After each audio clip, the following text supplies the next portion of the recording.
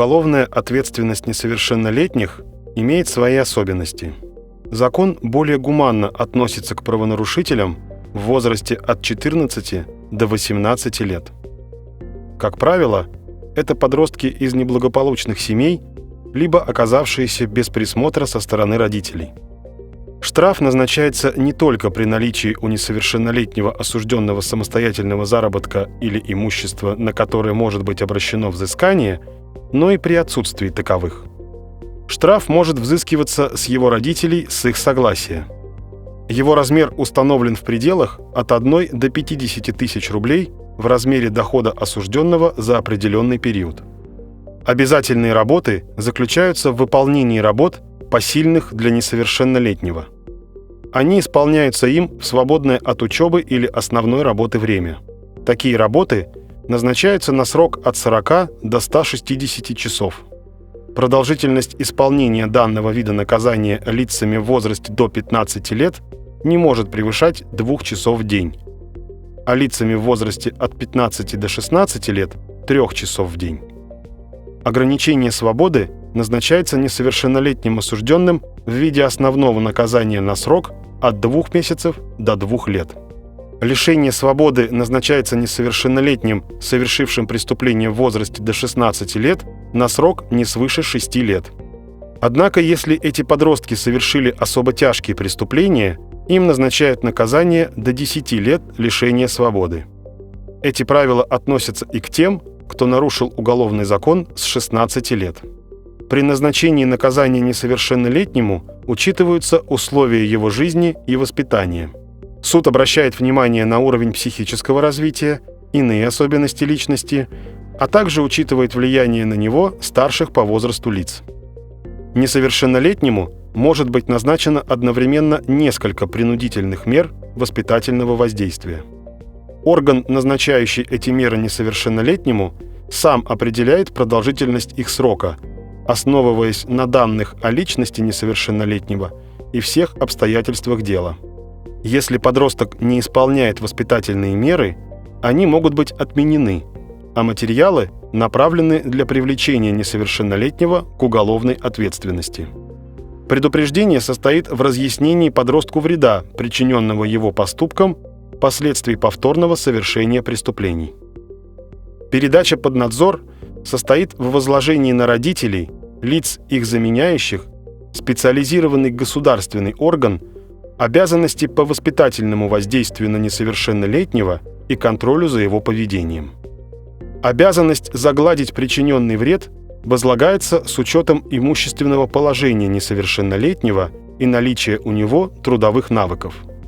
Ограничение досуга и установление особых требований к поведению несовершеннолетнего могут предусматривать запрет на посещение определенных мест, использование определенных форм досуга, в том числе связанных с управлением механическим транспортным средством.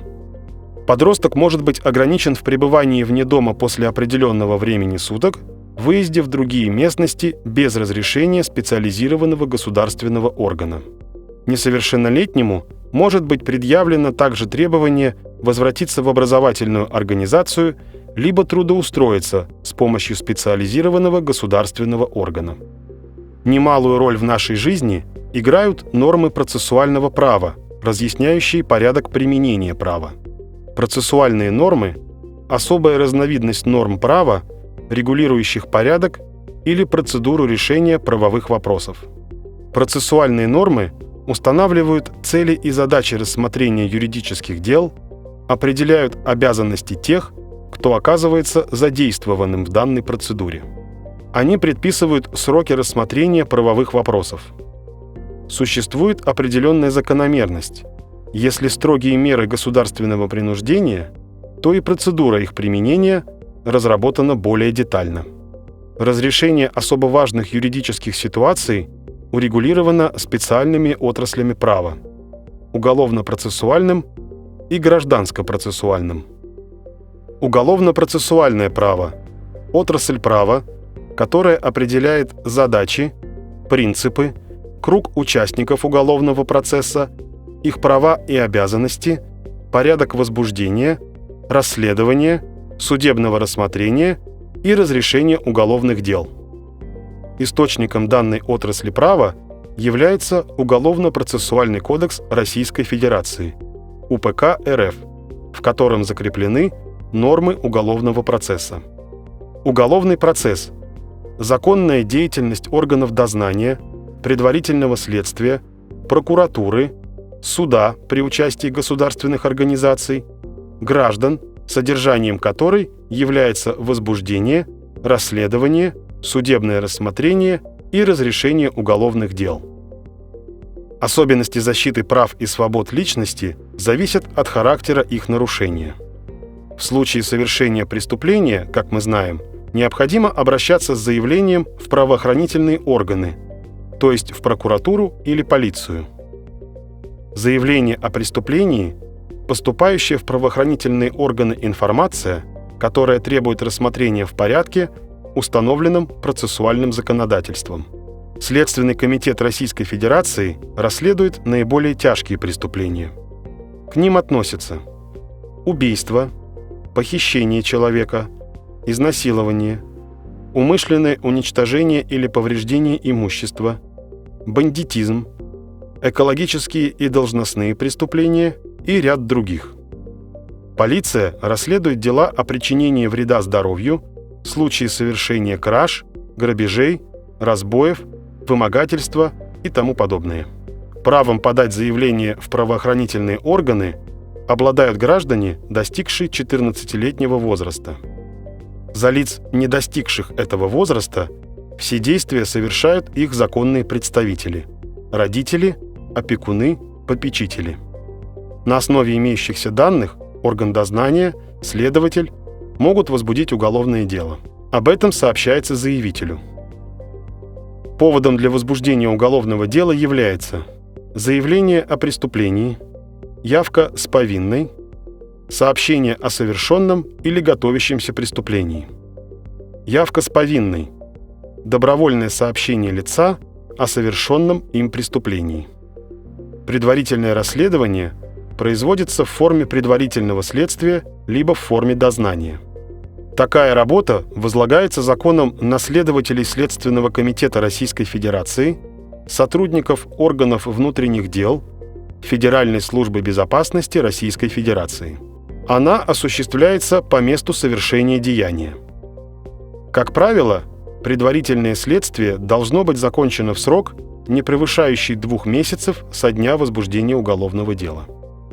При наличии оснований следователь выносит постановление о привлечении лица в качестве обвиняемого. Такое обвинение должно быть предъявлено не позднее 3 суток со дня вынесения постановления. Следователь допрашивает обвиняемого и составляет протокол. При необходимости свидетель или потерпевший вызывается на допрос повесткой. На основании судебного решения может производиться обыск в жилище. Во время обыска могут вскрываться любые помещения, если владельцы не хотят их открыть добровольно. При этом не должно допускаться невызываемое необходимостью повреждения имущества. Обыск должен осуществляться в присутствии не менее 2 понятых. В отдельных случаях труднодоступная местность, опасность для жизни, следственные действия могут проводиться и без понятых. При этом применяются технические средства фиксации. При задержании может быть произведен личный досмотр в присутствии не менее 2 понятых. Понятыми не могут быть сотрудники полиции, что оформляется протоколом. Подозреваемому должно быть разрешено уведомить своих родственников, близких о задержании. При задержании обязательно составляется протокол. В нем указывается дата, место, время, причины задержания. Следует предварительно внимательно ознакомиться с таким документом, прежде чем его подписывать. Если задержанный не согласен с содержащимися в нем записями, это следует обязательно внести в протокол. Статья 51, часть 1 Конституции Российской Федерации предоставляет право каждому не давать показаний против себя самого.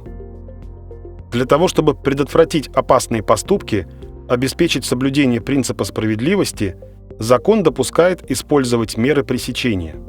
К ним относятся подписка о невыезде, В этом случае подозреваемый, обвиняемый, обязан не покидать место своего жительства, немедленно являться по вызову прокурора, следователя, суда.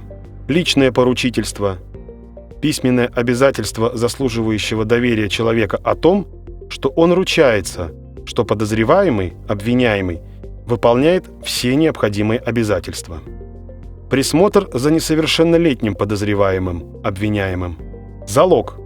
Он заключается в том, что на счет органа, избравшего меру пресечения, вносятся деньги, ценности, которые обеспечивают явку при необходимости к следователю, в суд, к прокурору, подозреваемого, обвиняемого. Вид и размер залога определяются конкретными обстоятельствами. Содержание под стражей при расследовании преступлений не может превышать 2 месяцев.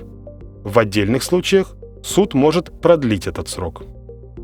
Уголовное дело в отношении несовершеннолетнего выделяется в отдельное производство. Допрос несовершеннолетнего подозреваемого, обвиняемого, не может продолжаться без перерыва более 2 часов или более 4 часов в день. Запрещается проводить допрос в ночное время с 22 часов до 6 часов. В допросе несовершеннолетнего участвует также защитник, который может задавать ему вопросы, знакомиться с протоколом, делать замечания о правильности и полноте записей в нем. Родители несовершеннолетнего или те, кто их заменяет, вправе знать, в чем подозревается их сын или дочь. Они могут присутствовать при предъявлении обвинения, знакомиться с протоколами следственных действий, в которых несовершеннолетний принимал участие. Следователь обеспечивает участие педагога или психолога в допросе несовершеннолетнего подозреваемого, обвиняемого по ходатайству защитника или по собственной инициативе. При этом вправе присутствовать законный представитель ребенка, например, родитель. Родители вправе принимать активное участие в допросе, задавать вопросы, знакомиться с протоколом допроса, приносить жалобы на действия сотрудников правоохранительных органов, заявлять ходатайства и представлять доказательства. Потерпевшие или свидетели, не достигшие 16-летнего возраста, не предупреждаются об ответственности за дачу ложных показаний, однако закон предписывает им говорить правду о случившемся. В некоторых случаях при рассмотрении дел в суде суд может принять решение об удалении несовершеннолетнего подсудимого из зала суда.